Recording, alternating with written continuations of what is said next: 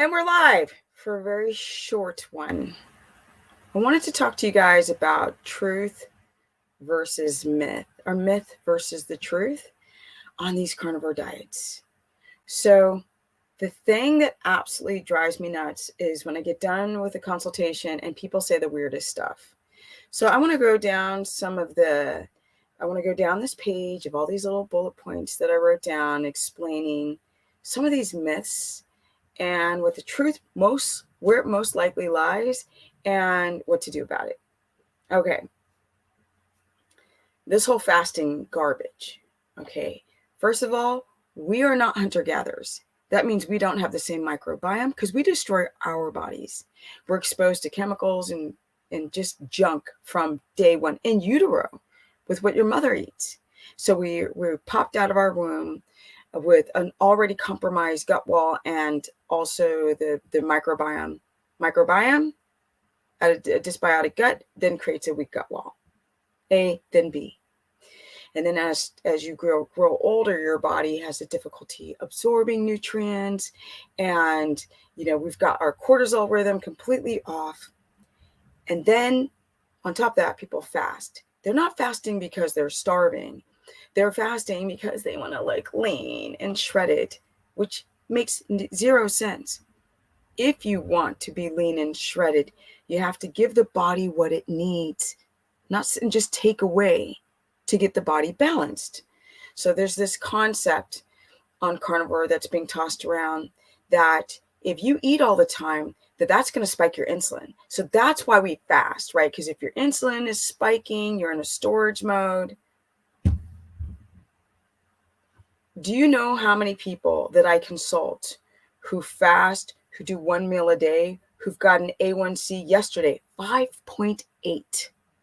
Carnivore and fasting, 5.8. And the guy was like, why? Like, I don't understand. And I said, do you know where that high blood sugar is coming from? He's like, no. I'm like, every place where there's protein, skin, muscle, bone marrow, your reproductive system.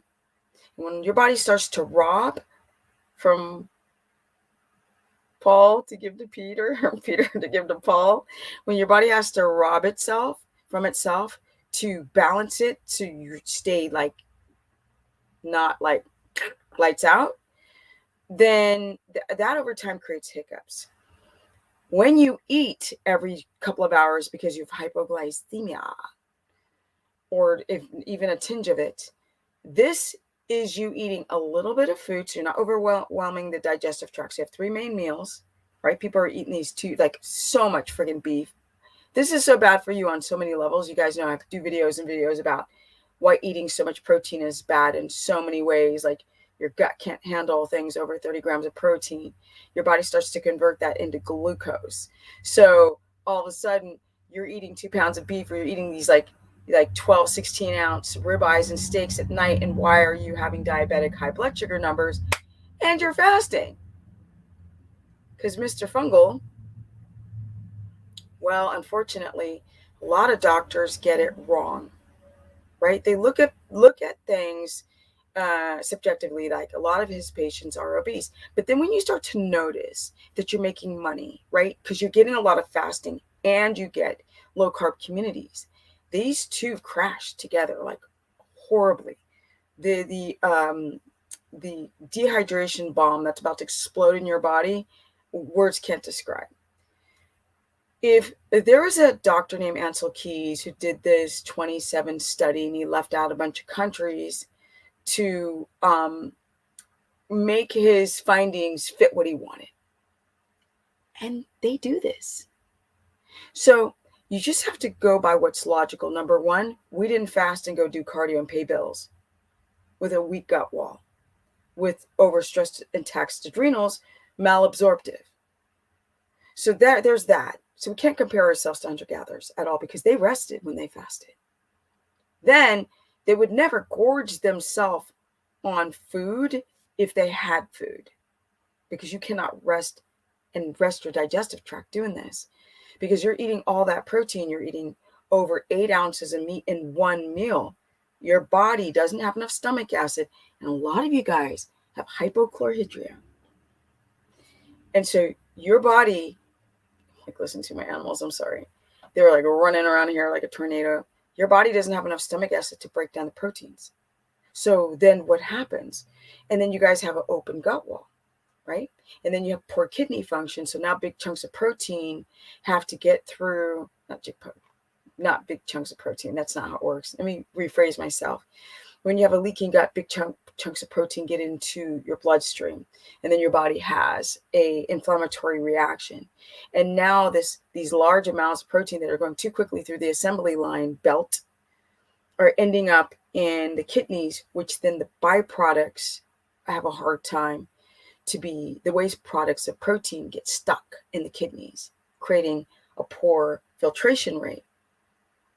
So these large amount of proteins, it's awful. So people will fast and then they'll do large amounts of protein and then they start to have kidney issues. They start to have blood sugar issues because too much protein means you can't keto adapt.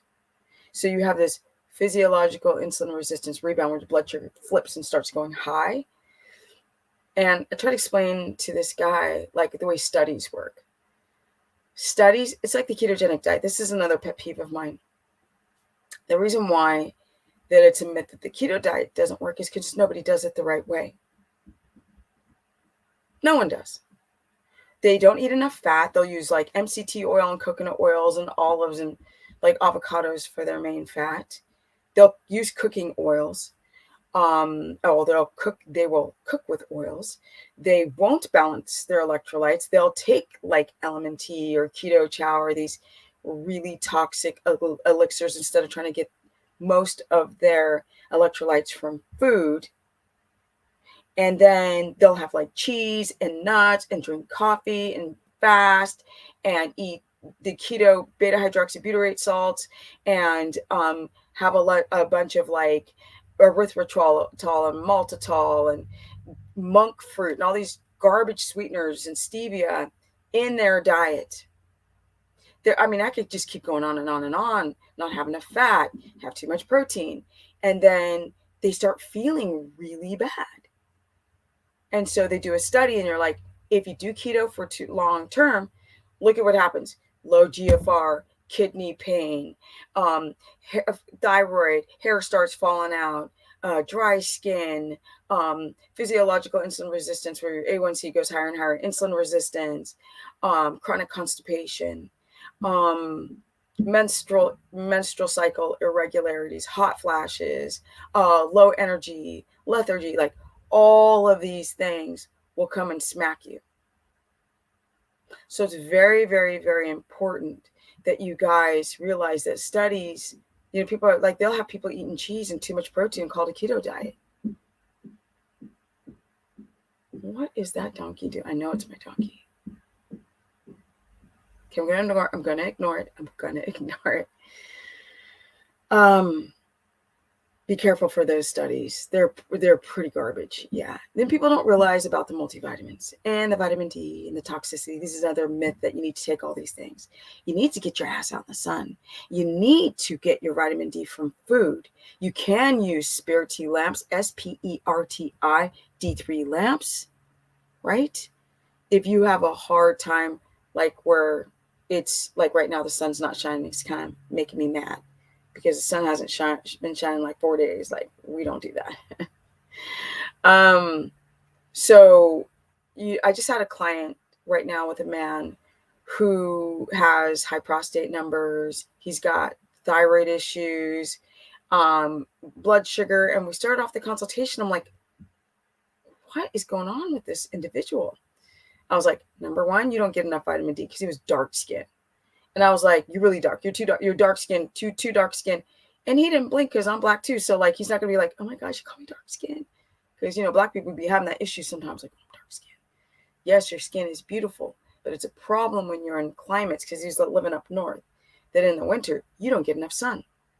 And that's going to really hinder your keto adaptation, your carnivore healing, trying to heal your body. If you don't get enough vitamin D, like, what's the point, right? We need vitamin D, we need retinol, we need zinc, all for your digestive tract. So if you're not getting vitamin D, you're not going to do well on these diets. You're not going to do well on any diet, but you're really going to do poorly on these diets, really poorly. right? Because your body's battling, not adapting.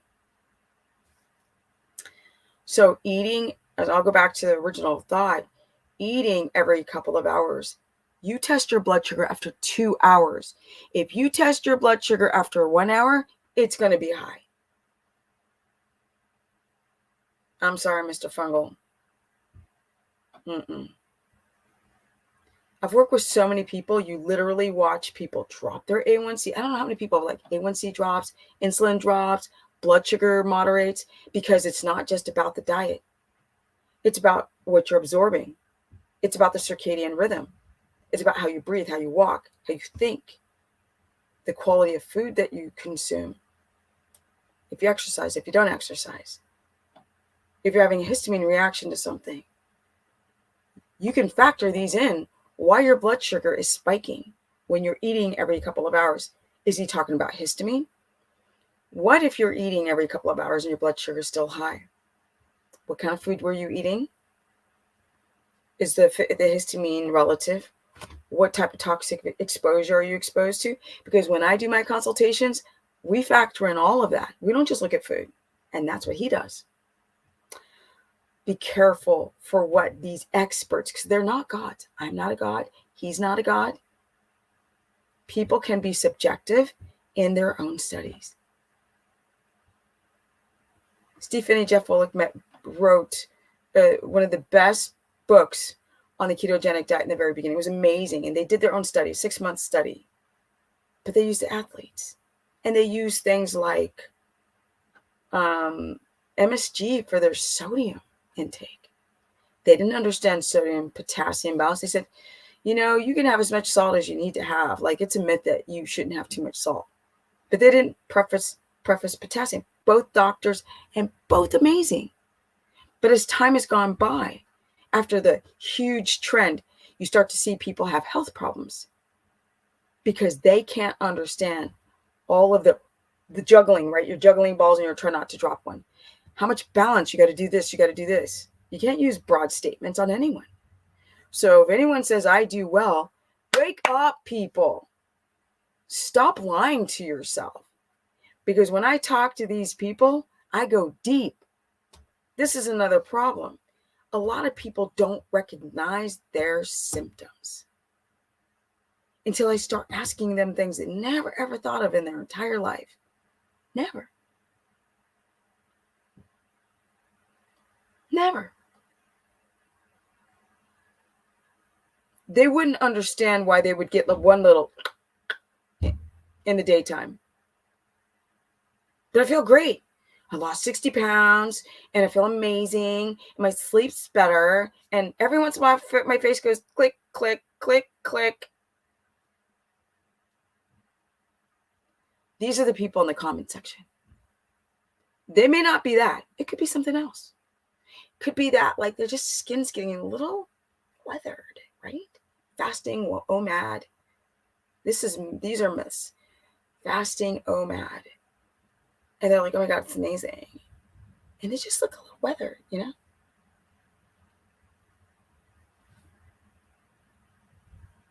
But they feel amazing. They lost 60 pounds. I'm stronger at the gym. Careful, everyone. If you're eating, eat every couple of hours. Eat slow. Right? If you've got a hypoglycemia, this is for people especially who've got hypoglycemia, which most people have, some sort. And I'll do a whole video on all the symptoms. I think I've done it, but I'll do another one. If you have thyroid issues and you're not adapting on the high fat, and stop testing within the 2 hours and watching your blood sugar spike, and you'll see improvements. Fat does not make you fat. Well, if I eat fat when I get fat, I was like, what is a ketone? Learn what ketones are. Learn how your body uses ketones. Learn how your body stores energy and uses energy. And the answer sits there. Being fat comes from hormones that are at an imbalance. Balance your hormones. Food combinations. If you're eating sugar and a bunch of fat, your body's going to release insulin. store all the fat. So let's take the sugar away. Let's just take stress. And then your blood sugar spikes and you ate a lot of fat, and now you're going to start storing fat and the sugar, because insulin is going to scoop up everything in the blood. But if you can keep your blood sugar down and regulate it in homeostasis levels and homeostatic levels, and you're insulin sensitive, then you don't store the fat. And that's the problem with these people. They do not contextualize anything. If you eat fat, you're going to get fat. If you're fast, you're going to be amazing and get shredded. And if your face goes like the trick, right? It's okay. It's okay. If your skin, if you start looking like you age 5 years, it's fine. I lost 60 pounds. Shredded. Careful, guys. The I'm not pooping, I just did a video yesterday why people aren't pooping. Like, it was all about poop. If you're not pooping, you're dehydrated. If you have diarrhea, you might be releasing too much bile. You might be having a gallbladder reaction. You might be eating too much protein and your body can't deal with the monofood that starts to enter the gut. The gut's not used to monofoods, monobacterias. Creates an offset in the digestive balance, homeostasis. If you're not producing poop, you're constipated. So just don't listen. If you have diarrhea, it's always a problem. And when you're having loose stool, you're losing water. Be careful with what these people say. Well, it's normal. It's not normal. Okay. Again, women can't do keto for the long term. But then again, I've never met anybody doing keto the right way from the jump, because there's so much noise and so many talking head gurus that tell you just the dumbest crap I've ever heard. So there was one man, great doctor, great cancer doctor, but he was saying you can't do keto for the long term. He doesn't look healthy himself. This is like the third person who's brought up his name. And I did an interview with him. When I did an interview with him, I could hear what he knew and what he didn't know. Somebody said that Dr. Berg, I love Dr. Berg. We worked together. I gave him a lot of crap in the past. But somebody said Dr. Berg's the go-to keto guy. I'm sorry, he's not. I can say that with all confidence. He's really, really good at presenting you health problems and simple solutions that you can understand, like the adrenal body or other systems that go wrong. But when we're talking about the ketogenic diet and you're eating 9 cups of vegetables and you got a histamine response to plants and you've got, oxalate buildup, be careful for what you hear. Oxalate. I love Sally K. Norton, but not everything, not every symptom of not feeling well is an oxalate. If you actually listen to her, there's a lot of anecdotal suggestions. It's not all fact. Be very careful. Not everything is an oxalate. Sometimes it is, right? So I had a client, she was like, oh, this is oxalate dumping. I was like, that doesn't make any sense based on your diet. There's a couple people who followed Sally say, oh, based on your diet. And I was like, this doesn't show an oxalate buildup based on oxalates aren't all bad, right? There are theories about oxalic acid, which I've done a video about. And when it binds to calcium and you're doing over the amount of spinach, which turns into, crystals and shards of oxalate crystals, or oxalate, that's a problem. And I did a video all about that. So there are myths that it's always going to be an oxalate. You see, people stop thinking it's all, because you might miss that it could be something else. Your pain, your discomfort, your kidney pain, right?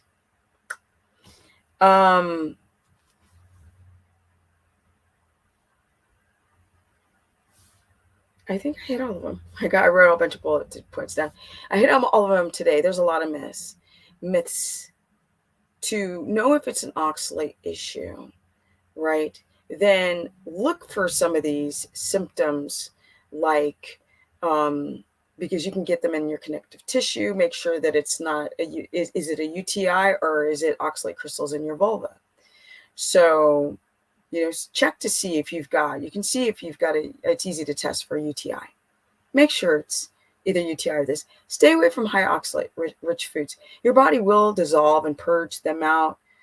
Sometimes people will use things like lemon water and apple cider vinegar to help kind of soften and break down these crystals. I wouldn't necessarily put people on, because I've had people like still doing like spinach because they're like, well, if I stop spinach, I'm just going to dump a bunch of oxalate. This is anecdotal. Be careful, people. If you haven't been to a urologist, if you haven't found crystals, don't always assume it's an oxalate. Simple solutions are that if you can tolerate lemon or apple cider vinegar or malic acid, then these are strategies you can do sort of break down and soften these crystals up so you can just get rid of them. And your body will purge out a lot of them on their own.